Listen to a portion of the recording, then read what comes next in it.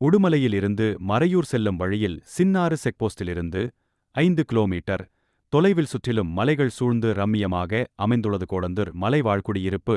இது ஆனைமலை புலிகள் காப்பகம், அமராவதி வனச்சரகத்துக்குட்பட்டது. இதனருகே சுற்றிலும் மலைகள் சூழ்ந்த பகுதியில் மலைவாழ் மக்களின் காவல் தெய்வமாகவும் வனதேவதையாகவும் அமைந்துள்ளது கோடந்தூர் வழிபட்டு வருகின்றனர்.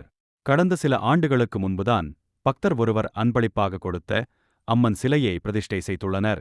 சிலை இருந்தாலும் சுயம்புவாக காணப்படும் அம்மனுக்கே சிறப்பு அபிஷேகங்கள் நடைபெறுகிறது. இத்தனையே பக்தர்களும் விரும்புகின்றனர்.